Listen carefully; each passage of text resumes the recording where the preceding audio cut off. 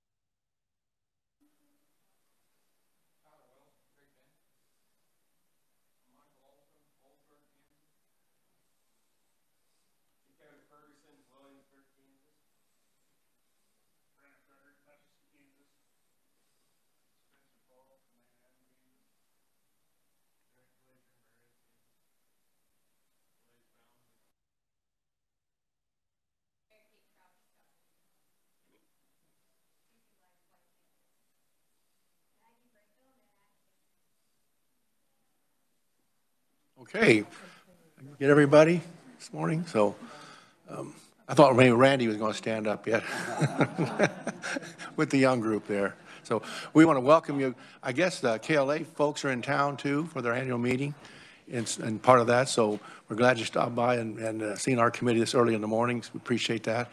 And what we're working on now is the Kansas Water Office budget. And we'll be taking that up here next as our next item of business. So I guess we're ready to start. Committee is we've let go over questions from yesterday. Does anybody have any more questions on the state water plan for water office? We did. Senator Straub. Thank you, Mr. Chairman. When we were talking about paying off the bonds to the Army Corps of Engineers, I believe, what were the original due dates of those bonds? I know they had said if they paid the $112 million, it would save roughly $52 million, but over what time period?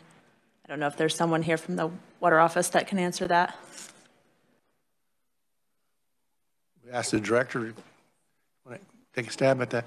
I would say yesterday in Ways and Means Committee, we did approve the John Redmond piece was approved, and there's 3 other appropriations for bonds. They didn't have a name on them, but they were included in that package. But I know John Redmond was one of the first ones. So Connie, you want to come up and talk about that?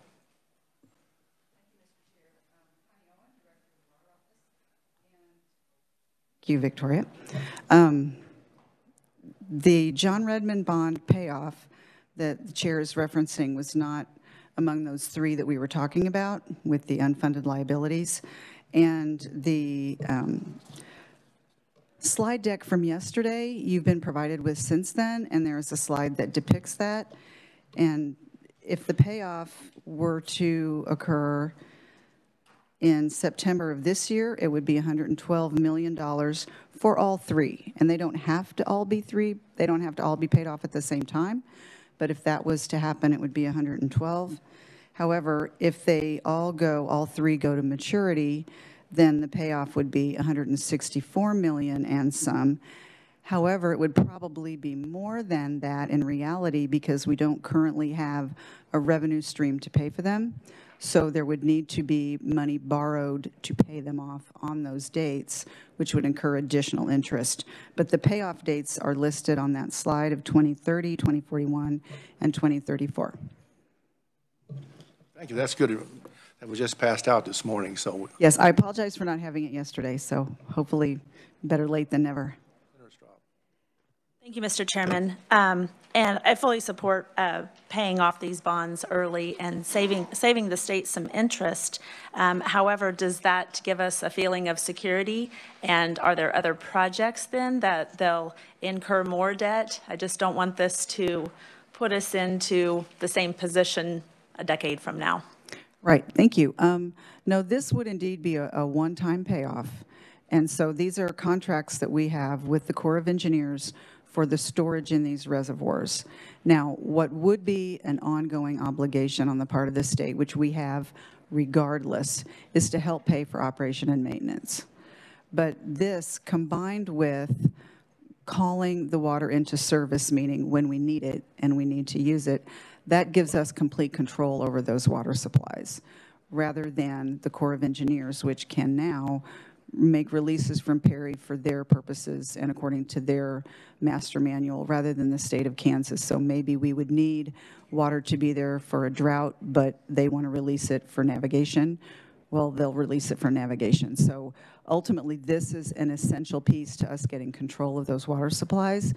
And then we would not have to pay for that storage again, but we would have ongoing operation and maintenance, which we would anyway.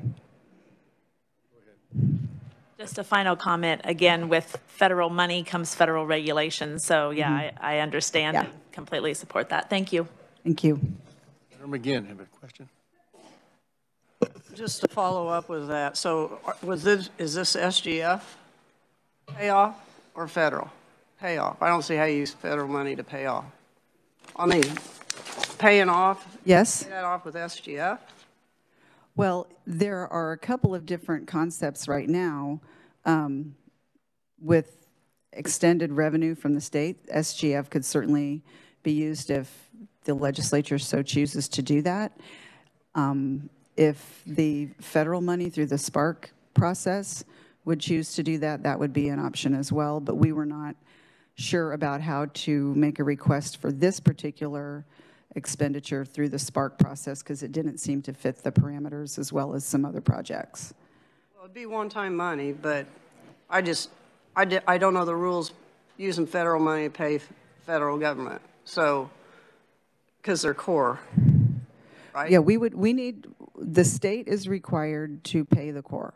So it would be state money, so. Federal, so I don't know if you can use federal money for federal government, paying federal. That's one reason we didn't go through the Spark process. That's my one question. So what other money is there? It's SGF, right? Presumably, yes. And then, so my concern is, what makes me nervous about putting all these in all these multiple committees is any of staff keeping track of our cash flow. Because we're blowing money right and left. And so I would ask is, of those three, if you were going to pay off, are they in priority ranking? The reason that we identified these three, even though we do have other reservoirs and we have ongoing debt with them, we have a reliable revenue stream from customers to pay off that debt along the way. We identified these because we do not have an adequate customer base revenue coming in to know that we can pay these off in time, if that makes sense. So this was sort of the worst of the worst. We were asked to identify what would be a good one-time payment that would be basically save us a lot of money, be a really good thing for the state, and the most bang for your buck. So it's because we don't have a sufficient existing revenue stream to actually pay for this. The other ones we do. So let's just say we're not going to give you all of it. Do you have a priority of the three? Do you have a mathematical priority of which one you would pay off first? Just a second. Senator Francisco, you have a comment? Okay. I do, Mr. Chair. Thank you very much. I just want to say that this information is what it would take to pay off all the reservoir debt. In the budget, there's just a request for $2.1 million, and they did identify Hillsdale as their priority. So we're not talking, and they're saying that that's from special revenue funds. So this is not from SGF. Okay. So this would be from some of the money that comes in from our cities that. Other things like that. I'm sorry? Fees and other things like irrigation fees, I'm sure city municipal Victoria fees. We'll be able to find out where it comes from. Okay. Go ahead. Victoria, go ahead. I would probably let Connie explain better, but I would just say that the 2.1 million that's requested in the budget from special revenue funds is a little bit different than the unfunded liability that we're talking about now. The request, and I'll let Connie explain more, but in the 2.1 million that's being requested has customers that are paying towards that storage now, right? The unfunded liability that we're talking about does not have customers, and so there is no special revenue funds to cover that currently. And I'll let Connie, if that's okay with the chair, further explain. Absolutely. Connie, And over. Mr. Chair, with your permission, I'd like to bring up Nate Westrup, our Public Water Supply Program Manager, who's Fine. able to answer more in a more detailed fashion. Nate, come on up. Introduce yourself.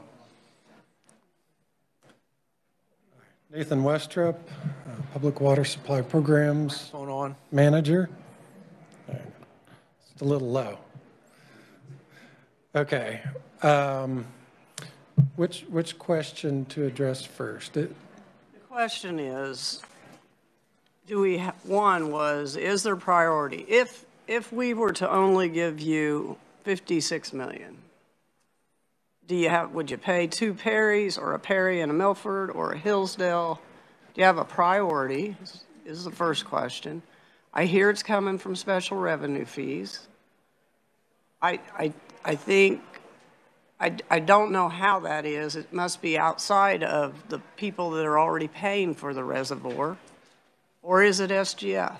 The special revenue fees, and this is the first, well, lately that I've heard that term, but the water marketing program through the sale of water with a price per 1,000 gallons, we've been setting the rate through the authority in excess of our absolute expenses each year for several, quite a few years now. And we've been paying down debt. So these are funds we've already collected. That 2.1 million is extra paying down our debt at Hillsdale of the storage that we're currently controlling and serving customers with.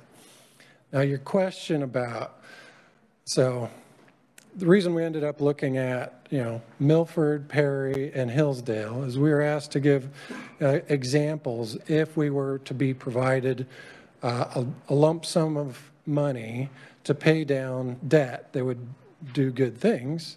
And the examples, one of them was $100 million. What could you do with that?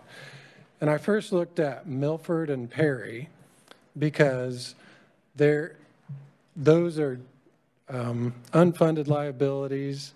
They are needed for a more complex purpose. They are essential, Perry, Tuttle, and Milford, to the proper operations of the Kansas River, which supports, the municipal and industrial use out of there. Just the municipal is over 40% of the population, relying on those Kansas River reservoirs.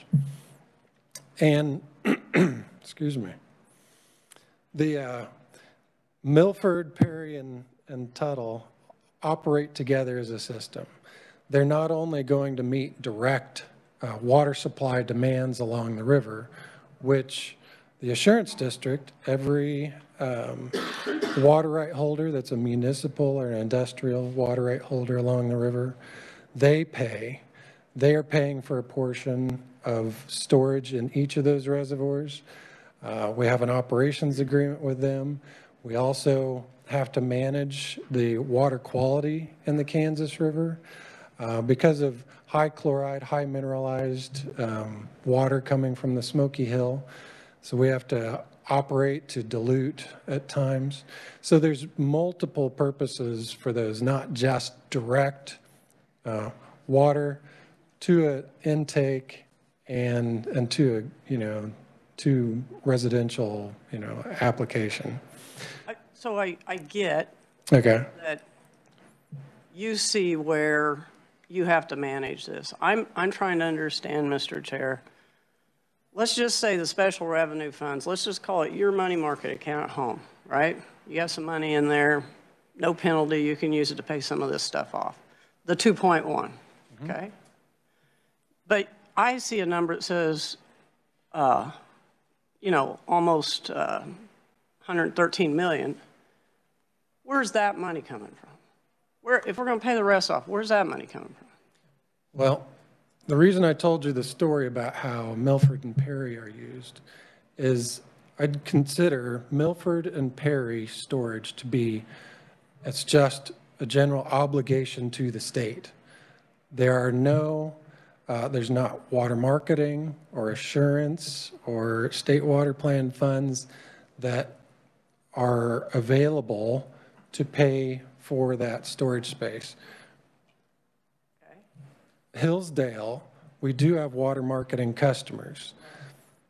The $56 million will be 77 in 2030, and it all needs to be paid off. So that, another way to handle that would be to bond it when it's due.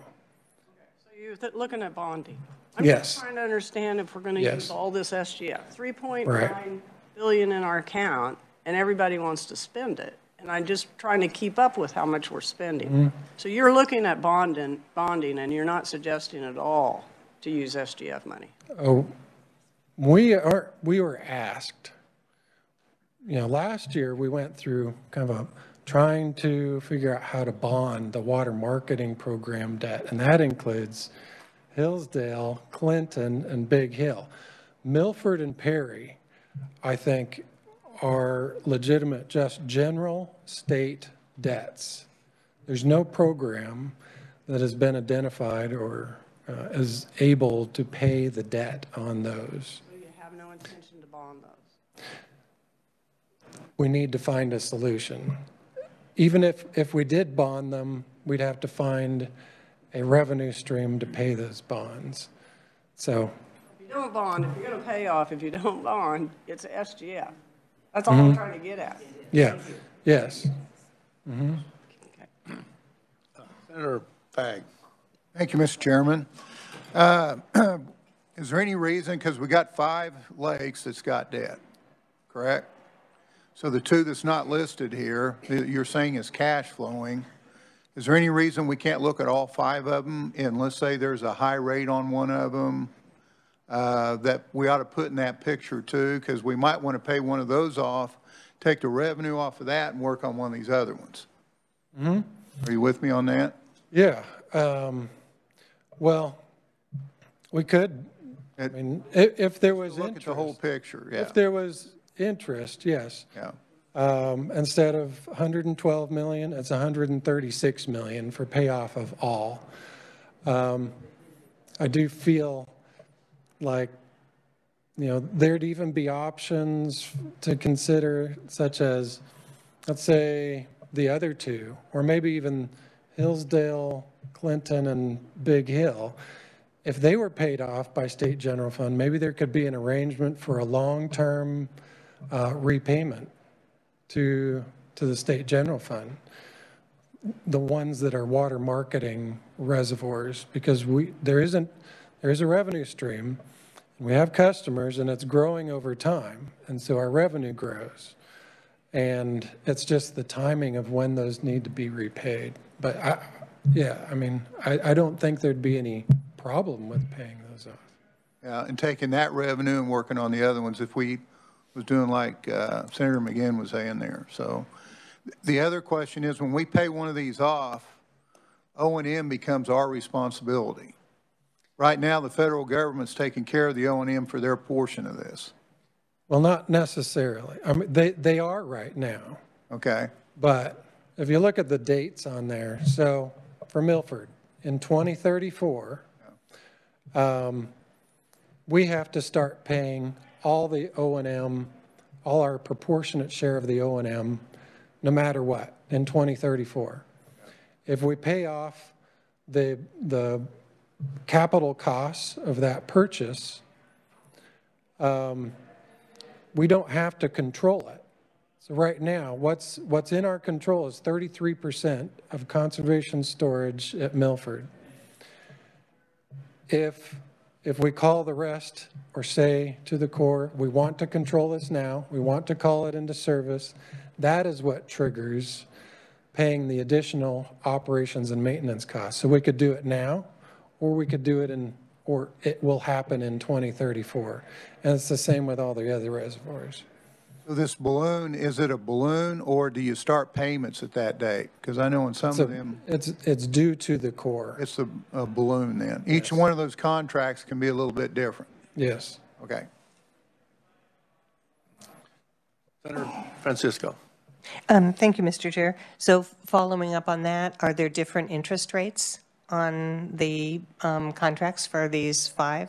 Yes. Yes. And which has the highest interest rate? I believe Hillsdale and Big Hill are tied at 4.012. You have to look at, there is a table with those in there.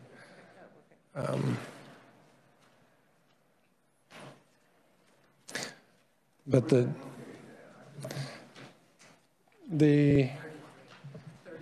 it's not 33, it's not the presentation, it's the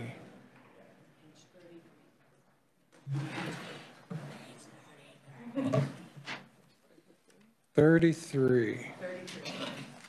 And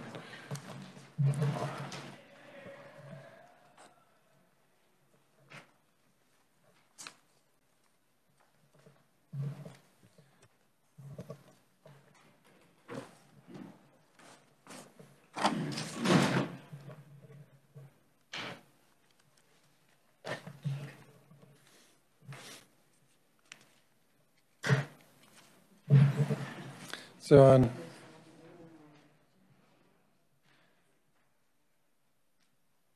you forgive me, I did not bring my readers. But do you see the table? Yes.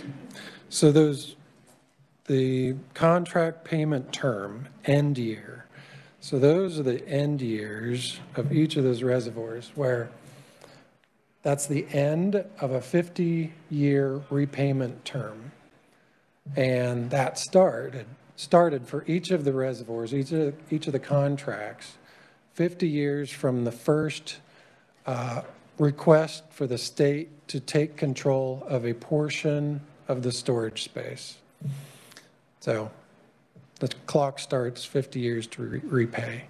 And the reason, the reason Perry is out there in 2041 was the first use of water and calling it into service at Perry was in 1991. And that was specifically for the Water Assurance District that took control of some of that storage space that we have under contract. Any other questions? I had one on the operation and maintenance. Is that a pretty static figure? Is it more so many years? Does inflation affect that at all? Yes, it does. And I've looked at several groups, and overall we've experienced about a 2.5% to 3% increase annually, but there are spikes, and this is aging infrastructure, and so larger projects having to work on gates, service gates, doing major work can result in a spike of a lot of expenses for maintenance. Okay, any other questions, committee? Seeing none, thank you very much. And does anyone else in the audience would want to comment on the water office budget? I think we had Mr. Cross. I think you had a handout yesterday for the committee. So welcome to the committee. Thank you, Mr. Chairman. My name is Ed Cross. I'm president of the Kansas Independent Oil and Gas Association. And the only thing I had brought up was the component on the Arbuckle study of the Kansas Water Plan. It was allocated $68,000 in fiscal year 2020, and it looks like it was allocated another $60,000 in fiscal year 2022. The purpose of the study was to determine a testing procedure to measure pressures in the Arbuckle. And so they contracted with the Kansas Geologic Survey to do that, and it appears that they roughly have spent $10,000 so far, approximately $128,000 that's been allocated. However, no testing has been done to date.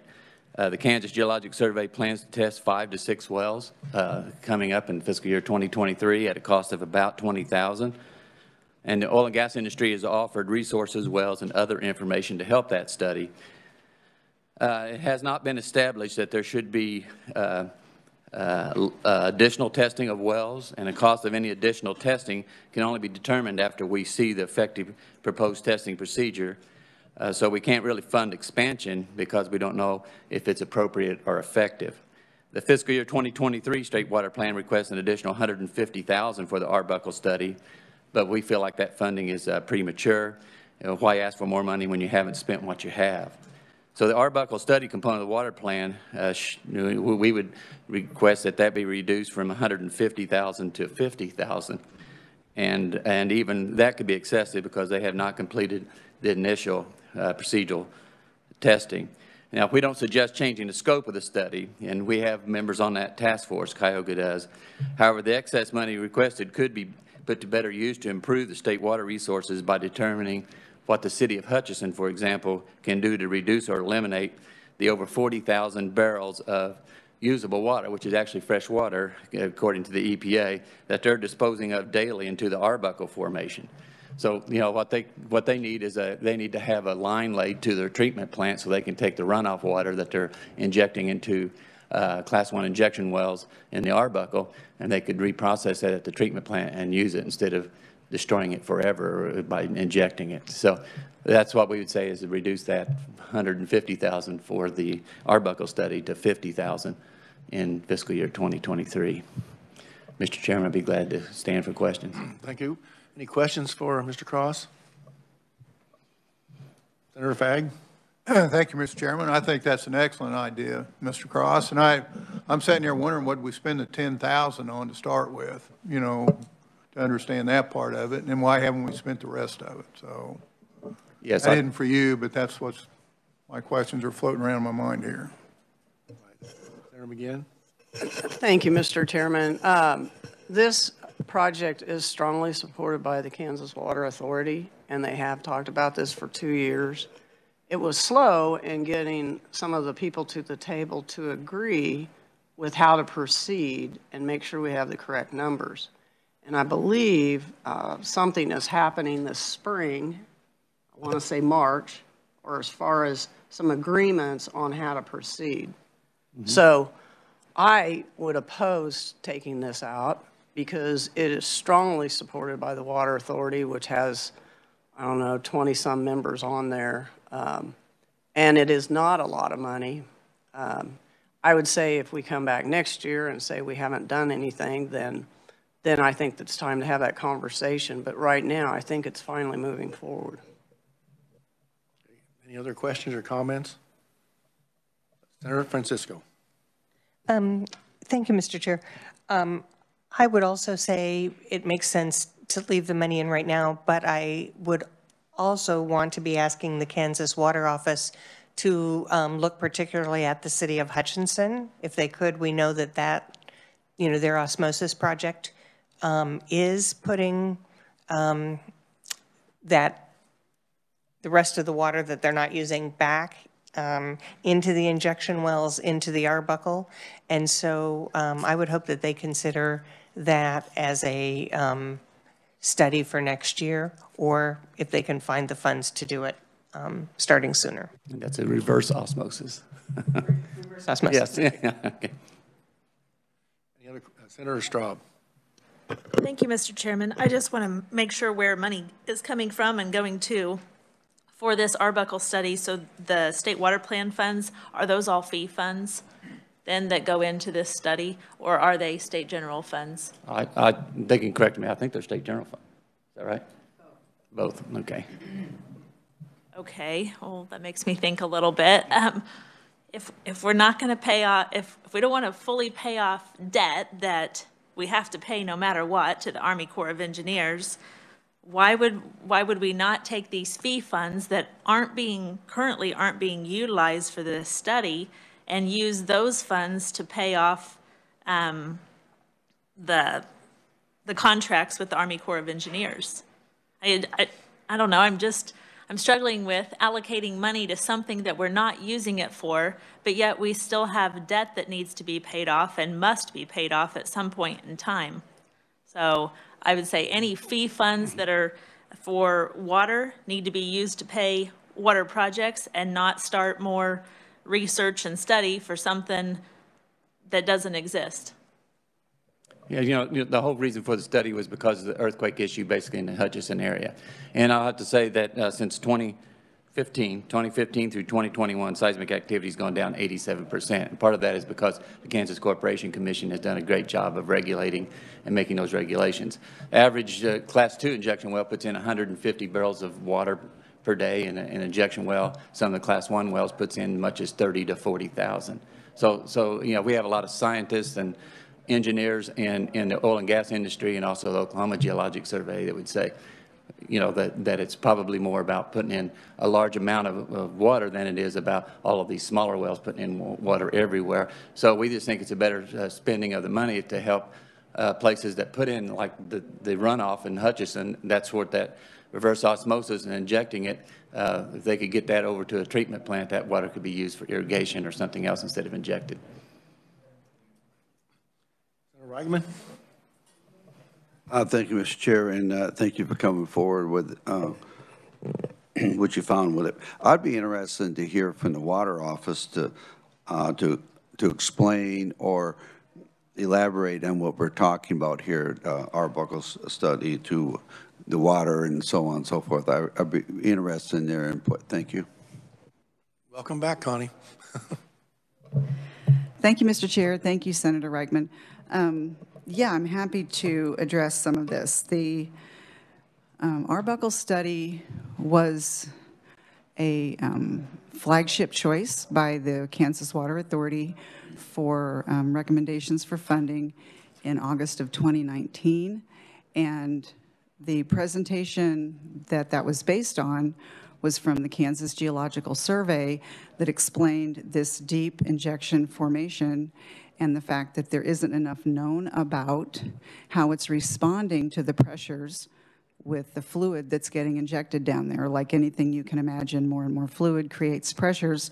It's so far down, it's thought to be impermeable and safe from affecting anything else, but we really don't know that. And then shortly after that, there were a lot of earthquakes around the Wichita area, and that got a little more notoriety, a little more interest. And the purpose of the Arbuckle study is to investigate and find out what is going on in the Arbuckle Formation. Are there concerns that we ought to have about it filling up as it's getting, disposal fluids are getting injected? Is it filling up? And there are a couple of concerns if that is the case in different locations. One being, does that create additional pressure that contributes to that seismicity, to the earthquakes? The other is, would that rise to the level that it would infiltrate groundwater, alluvial water, or surface water, permanently contaminating those water sources?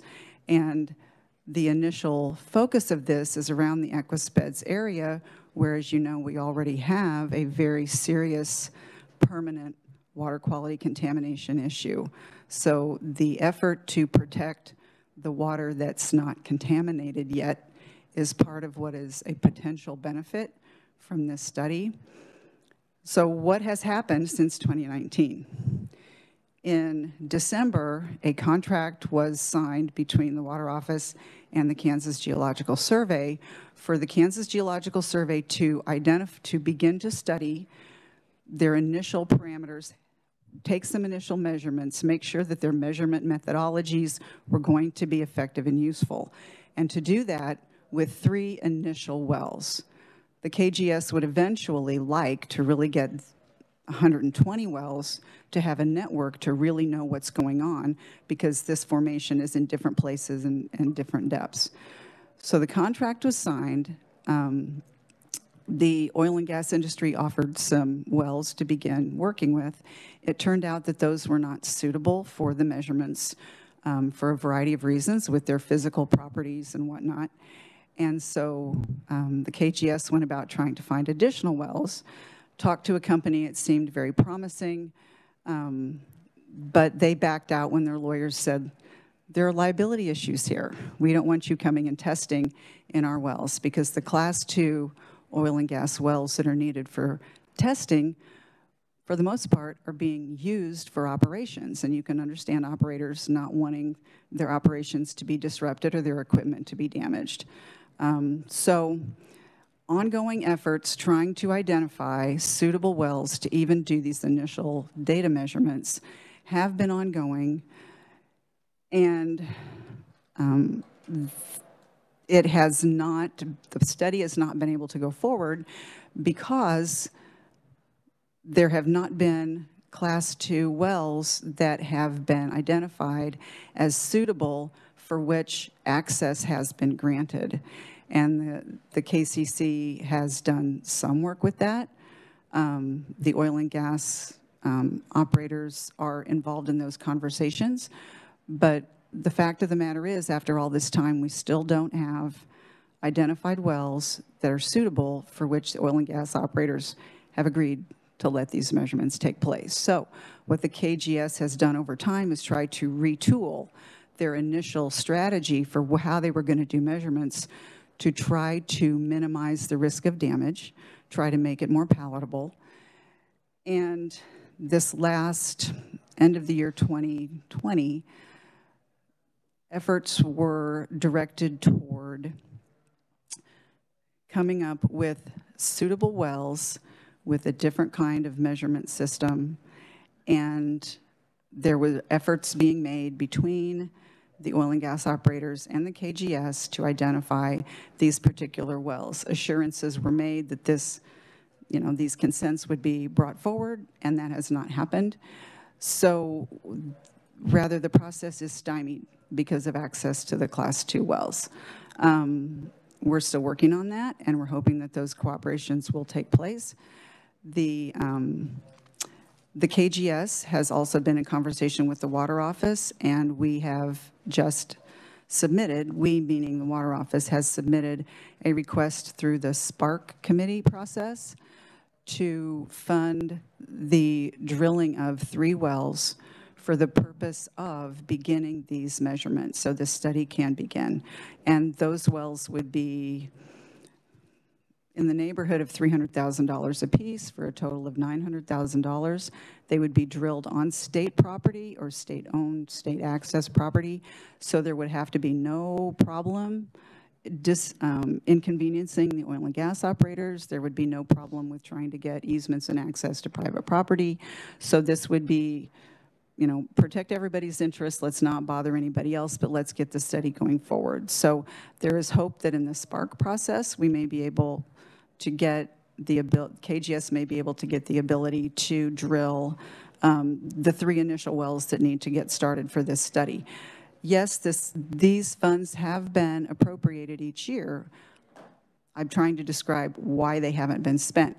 And in a way, this is also, in a bit, like the water injection dredging process, where the total cost of the ultimate study that needs to happen is about $1.2 million.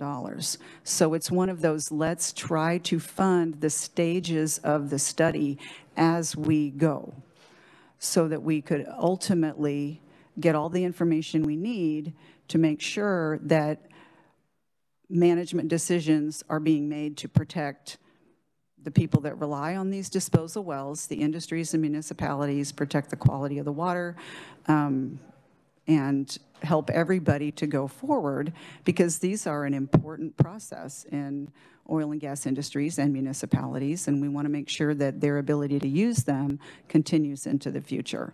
So that's what I hope kind of brings this into context. It's not simply a matter of the money has been appropriated and nobody's been doing anything with it. There have been a lot of efforts being made to move it forward. Senator Dahl. Thank you, Mr. Chairman. This is for you, Connie. So approximately how much money that has been appropriated that is sitting there and not being used? And the second part of the question is, are we drawing any kind of interest on that kind of money, or is it just sitting there? One of those questions I can answer. The other, I'm not sure what happens to money that's appropriated that we're unable to spend. But perhaps Victoria can help with that. The contract that I mentioned that was signed in December of 2020 encumbered, I believe, I'm trying to take a look at my glasses here and figure out what we signed on for that. That initial contract was, Deborah? I think it was, yeah, I think it was about $6,000 to get started. About $2,000 has been spent by the KGS on some initial equipment. But that contract remains, and if they come up, if the KGS comes up with a different strategy for how to do it, we would certainly renegotiate that contract. But that money's encumbered. The other monies have not been spent and have not been encumbered, but they're not lapsing either, because the point of this is to try to address this study over time and get it accomplished when it's been difficult to do so. Go ahead, Senator Dahl. So I feel like we kind of ducked a little bit. So we're talking $6,000, but then you said other money. Mm-hmm. I'm just kind of wanting to know the title of how much money we have that's, not being used, it's been appropriated. Okay. If it's $6,000 and we got $4,000, and, I mean, that's money, but. You want to come up to the microphone? So I'm sorry. That was that's what I thought. Okay, I'm sorry. That was Deborah. Deborah Jones is my chief fiscal officer, and I've been turning to her. The $60,000 contract, we have paid the KGS $20,568.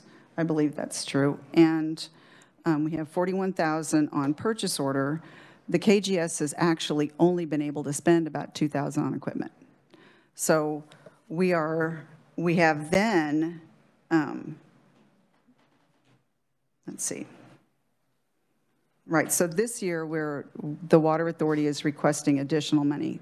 And again, this was, as Senator McGinn said, a priority for the Water Authority to go forward with, because there aren't many opportunities in our state to get ahead of a problem.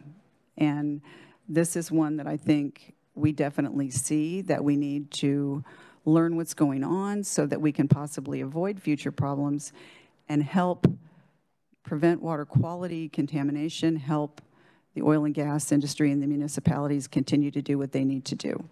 But in order to make good decisions about how to make that happen, the scientists need to know what exactly is going on down there. Senator Fagg, you have a question? Thank you, Mr. Chairman. As I'm sitting here, I'm thinking that planning, then funding, instead of funding, then planning. And some of the things that kind of spooked me about what was said there, 3 wells at $300,000 apiece. Mm-hmm. We talked about 120 locations. Mm-hmm. Is what they'd like to do. You're getting into some big money here. I think we need to understand the whole plan, mm-hmm. and then see how we fund it, instead of just piecemealing into this and not knowing where we're really going with this. Just well, I would be very happy to share that with you. The KGS had an initial description of how that was going to be handled over time. It was a 5-year process where ideally there would be a series of 3 wells each year added. There would be more wells added over time each year to expand the program. 300,000 apiece. And let me double check those numbers, because I want to make sure I'm getting this right. And I'm sitting here too saying we got 5,400 wells that we're talking about plugging, and big money for that. Why can't we use one of them plugged wells that we need to plug and use one of those wells to do this operation? Mm-hmm.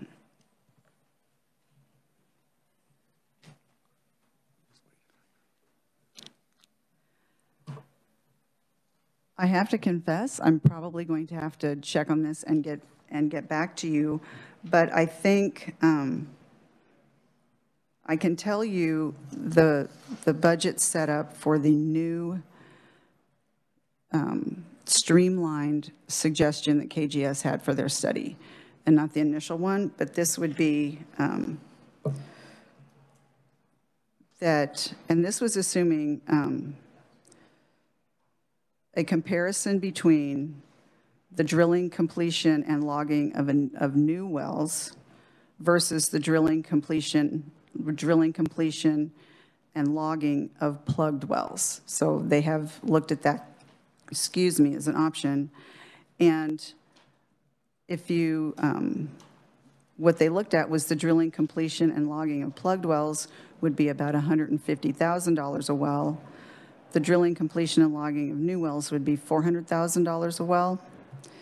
And with their different options they suggested 3 different options for either drilling 3 new wells, re-drilling 8 plugged wells, or drilling 2 new wells and re-drilling 3 plugged wells, all of which would be about $1.2 million.